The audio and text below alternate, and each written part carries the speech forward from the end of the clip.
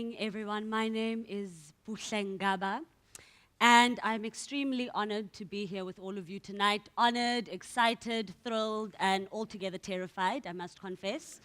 But here I am.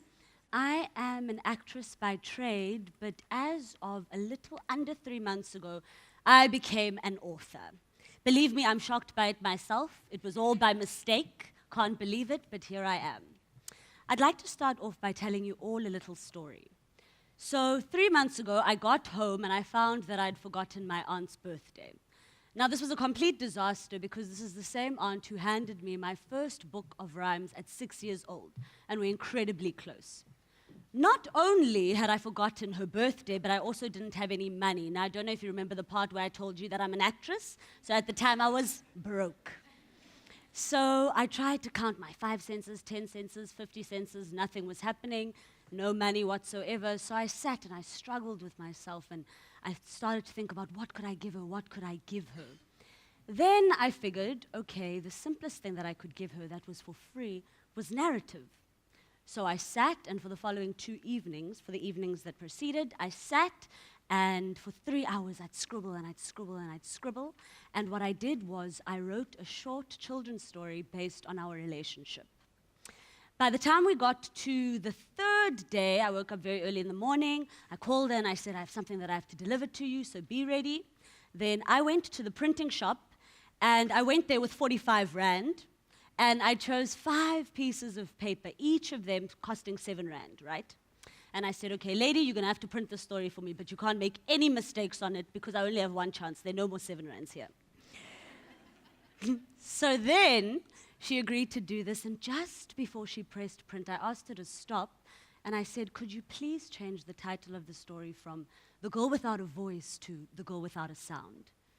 Now, I'm not sure what it was that made me stop her, but I suspect part of it was maybe that the word sound resonated so much more with me, and it felt to me as though it had more potential for magic than the word voice. So I went home with these 5 pieces of paper with punch holes in them and a ribbon, tied it up nice and pretty, put it on a piece of brown paper, took a picture of it, and put it on social media. Now, this is when things start to get exciting. By social media, I mean Facebook, Twitter, and Instagram specifically. Now, I just want to remind you again, 5 pieces of paper, punch holes, a piece of ribbon. I was not expecting the response that I got. All of a sudden, I had people saying, oh, wow, Buhle, this is so fantastic. Please, can we buy the book? Please, can we buy the book? Please, can we buy the book? I was like, what? What book? Okay. So I think what did the trick also was that next to the title, I had put hashtag books for black girls, and I'd put hashtag black girl magic and hashtag girl without a sound. So people started asking me for this book, and I thought, and instead of saying, no, there is no physical copy of this book, I thought, damn, but there is a story. There is a story. So I said, okay, cool, guys, I'll give you that book in a month's time. Didn't tell them it didn't exist. I thought to myself, I'll make it. Simple enough, right? I thought so. So, at the time, I had been working with a fantastic photographer by the name of Neo Bayepi within my capacity as an actress, and she'd been taking portraits of me. And I'd become very, very interested in how my face could tell all these different stories through her lens. So naturally, I decided, let me ask her if she'd be interested, and I said, no, do you want to make a children's book? She was very confused, unsure, but then she said yes, and by that weekend, we were shooting. Next step was, I asked a family friend of mine, this very beautiful little girl, Mika, if she'd be interested in being in a book. All 5 years old of her agreed, and so did her parents. Then the next part was obviously to find an illustrator, and I remembered that I have a fantastic friend whose name is Toza Mamputa, who is an incredible artist. And I thought about how in matric we used to sit together in art class, and when she was faced with meters and meters of paper, she always handled pen and paper without fear, like she'd scribble, you know, really go for it. So I thought, okay, cool, this is exactly the sort of energy we need if we're going to finish this in 3 weeks' time, which was my deadline. So within 2 weeks' time, we'd shot everything. T was in the middle of illustrating everything. Wonderful designer Ryan Haynes started receiving everything bit by bit and putting it into book format. Sarah Koopman edited it for us. And by the time we got to week 3, Tamlin van Heerden, our PR strategist, had found a web designer, Al Postman, who was willing to put up this download and create a whole website for us. So I was very excited. And also, I just want to point out, this is a team who volunteered their time for free and just believed in a something.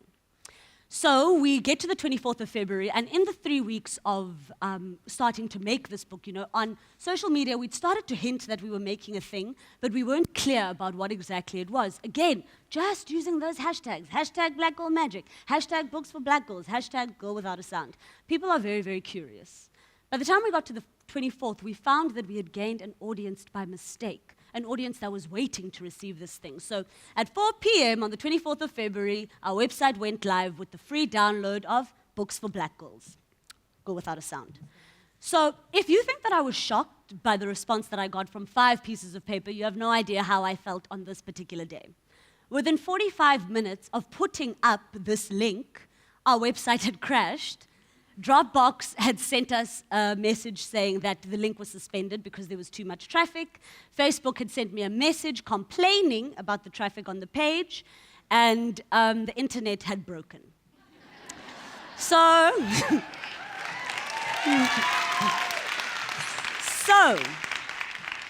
then we get to the next part of the story.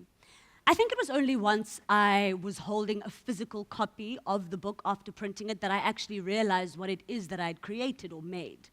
I had made a children's story that featured a protagonist that looked like me. So after we got this crazy response, from everyone, again, wanting to download desperately, I started to think about why it was that this book, these 5 pages had turned into this phenomena overnight.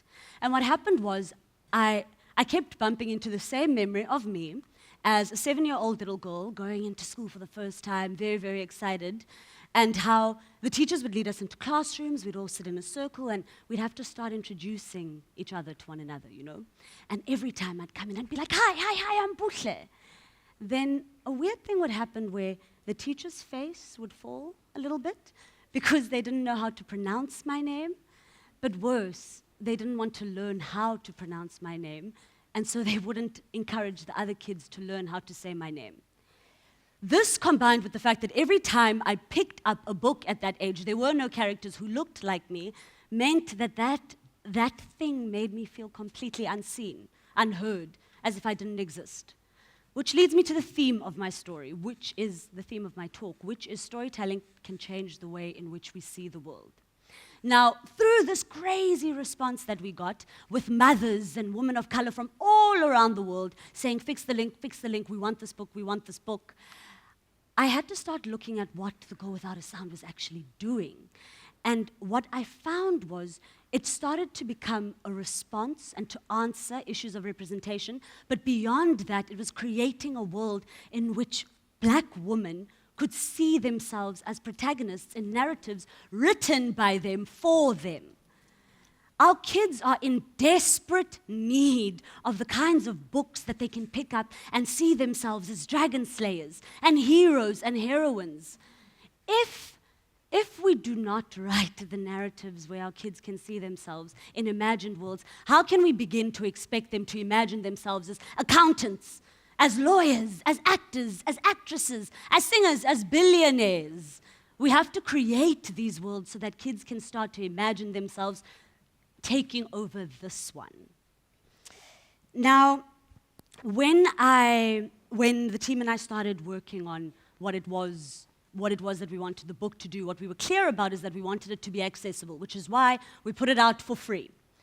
Now, putting it on the internet, what we also had to acknowledge was not everyone has access to the internet, so we became very focused on making sure that this book was always in action, that what we were doing was not just throwing a book out there, but actually taking this book to those it was intended for. So to that end, we've decided that we're going to keep pushing self-publishing because this book only works if it gets into the hands of who it's intended for. To that end, we also decided that what we really, really wanted to do was to work on translations, because the book mustn't only get to where it's supposed to be. Once it arrives there, these girls or boys need to be able to read it out loud in a language that their tongues feel comfortable. To that end, 3 weeks ago, we released the Setswana version of the book, and it's called Mosetsanyana yo Didimetseng.